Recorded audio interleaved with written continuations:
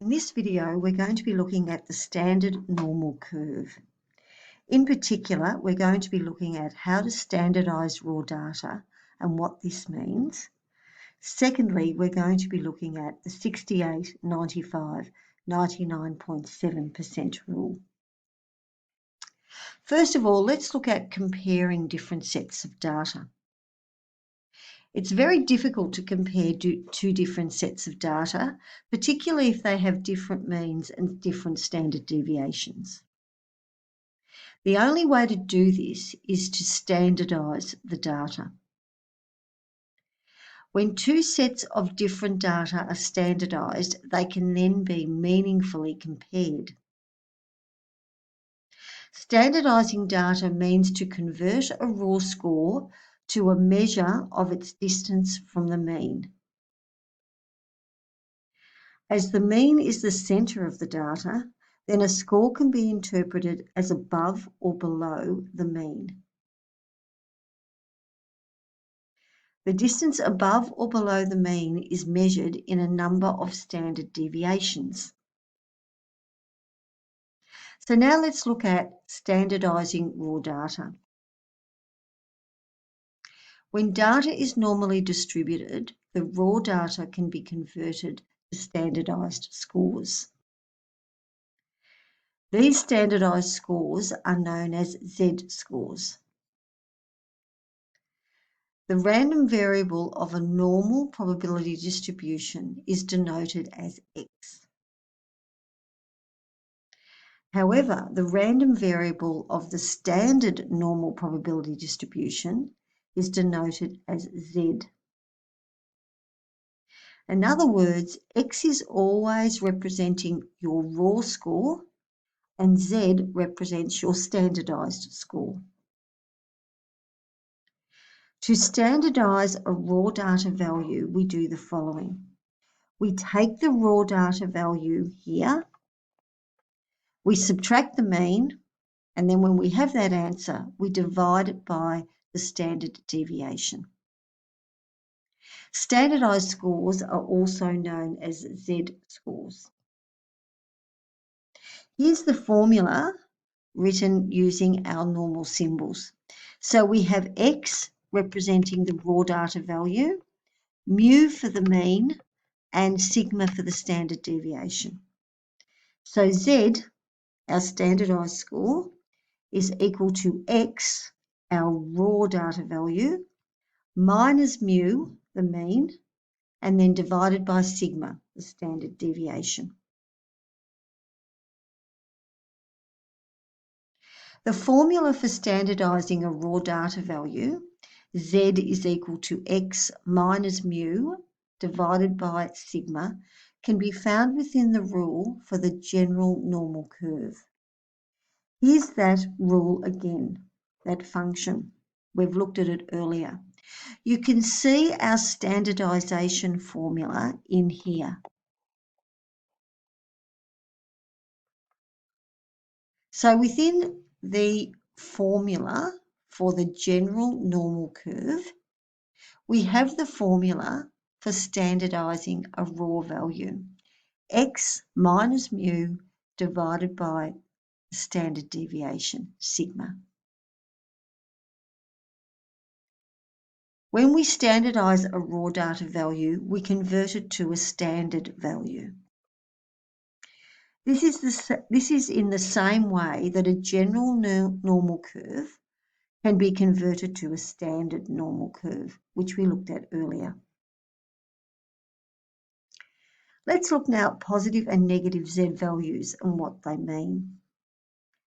Standardised values or z values can either be positive or negative. If your standardised value is positive, it means that the data value is above the mean.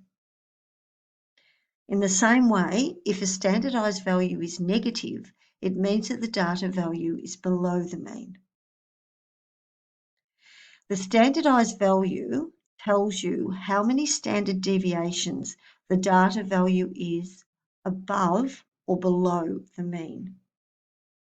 For example, if I said that my z value was positive 1, It means that my raw data value is one standard deviation above the mean. So a positive Z value means that the raw data value is above the mean. If Z is equal to -1, this means that my raw data value is one standard deviation below the mean. So negative Z values mean that the raw data is below the mean. Almost all of the area under the standard normal curve lies within 3 standard deviations from the mean. Here's what the curve looks like. So in a standard normal curve, we have the peak here at 0, and you can see when you look at the width of the curve that almost all of the curve lies within 3 standard deviations above the mean and 3 standard deviations below the mean. Let's look at example 1 here. The scores obtained in an IQ test are normally distributed with a mean score of 100 and a standard deviation of 15. Stephen obtains an IQ score of 120. What is Stephen's standardised score? So notice in this question, they give you the mean of 100 and they give you the standard deviation of 15.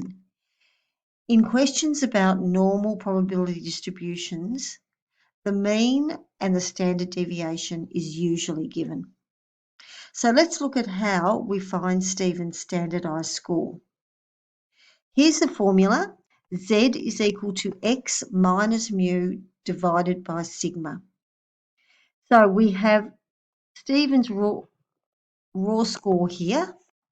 We subtract the mean 100 and then we divide by 15, which is the standard deviation.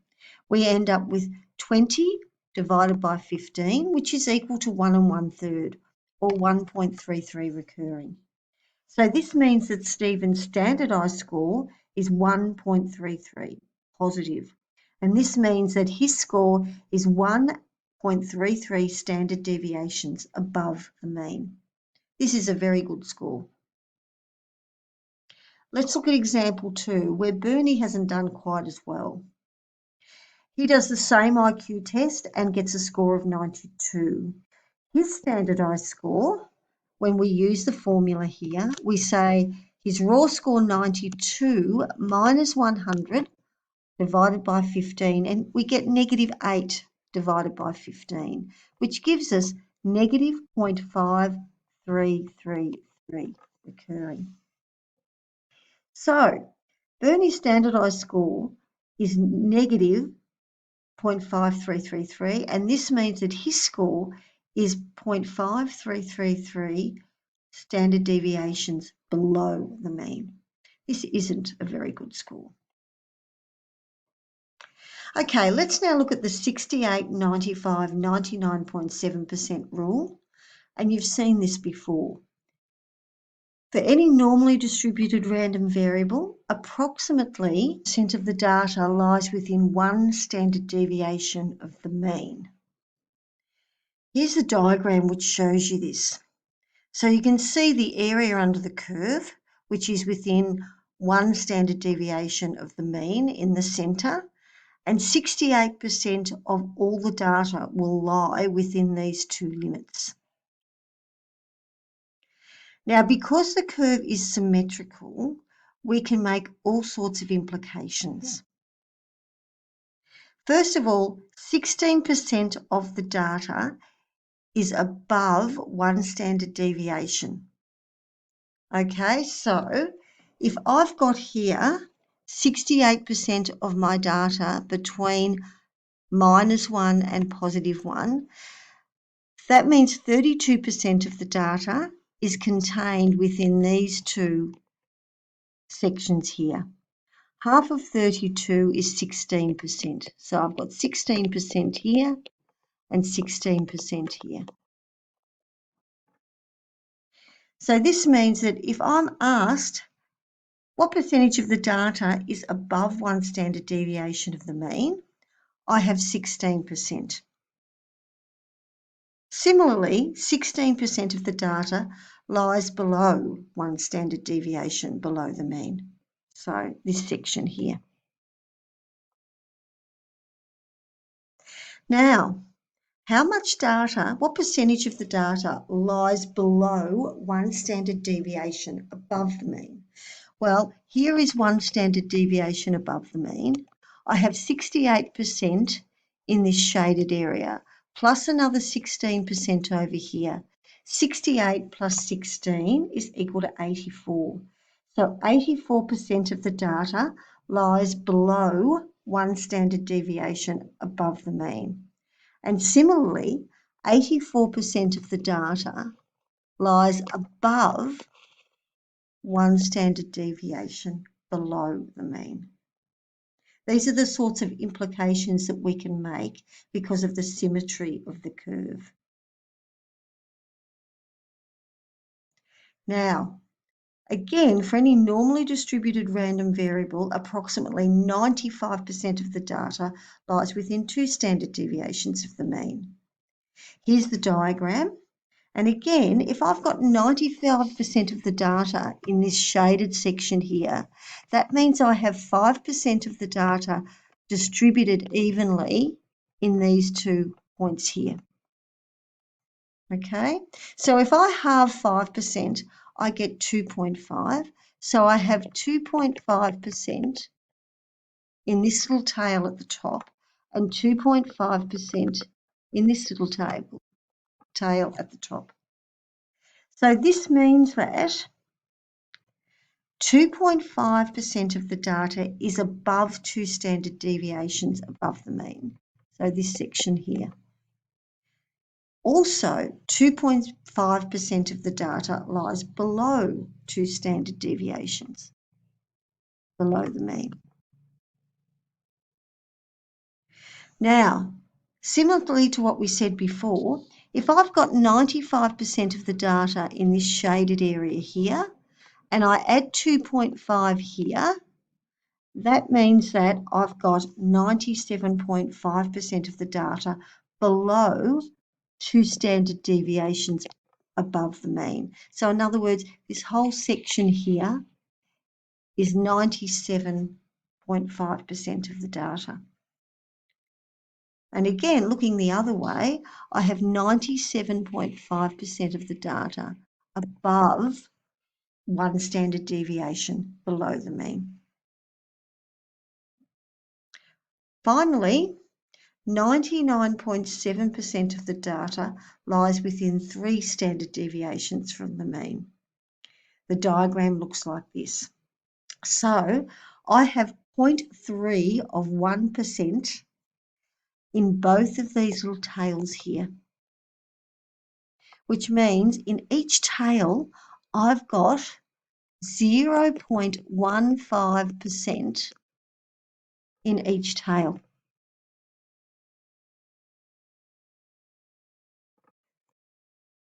This means that 0.15% of the data lies above 3 standard deviations above the mean. 0.15% of the data lies below 3 standard deviations below the mean. If I add my 99.7% of the data in here to this 0.15%, I get 99.85% of the data, which lies below 3 standard deviations above the mean. And again, looking at it the other way, 99.85% of the data will lie above 3 standard deviations below the mean. Let's look at example 3. Scores on a mathematics test are normally distributed with a mean of 65 and a standard deviation of 10. Find the percentage of scores which are between 55 and 75. Now, we can see that 55 is 1 standard deviation below the mean, 65 minus 10, and 75 is 65 plus 10. So these two values are one standard deviation either side of the mean. Therefore, 68% of scores are between 55 and 75. Find the percentage of scores that are between 45 and 85. 45 and 85 are two standard deviations either side of the mean. 65 minus 20 gives me 45. 65 plus 20 gives me 85. So yes, two standard deviations either side of the mean, and therefore 95% of scores are between these two values. Finally, percentage of scores between 35 and 95. Well, 55, okay, 35 and 95 are three standard deviations either side of the mean. Okay, so 65 minus 30, three standard deviations is 35. 65 plus 30 is 95. So it's three standard deviations either side of the mean, and 99.7% of scores are between these two values.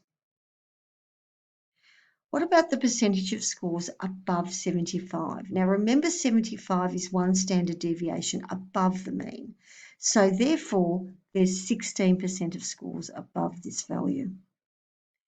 Find the percentage of scores below 45. Now remember, 45 is two standard deviations below the mean. So therefore, there'll only be 2.5% of scores below 45.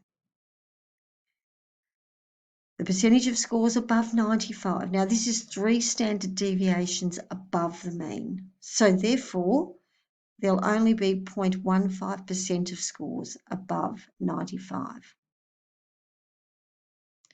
Okay, let's look at example 4. Again, we have a normally distributed variable with a mean of 16.6 and a standard deviation of 6. We need to find the range between which 68% of the values lie. Now, 68% tells us we're looking at one standard deviation either side of the mean.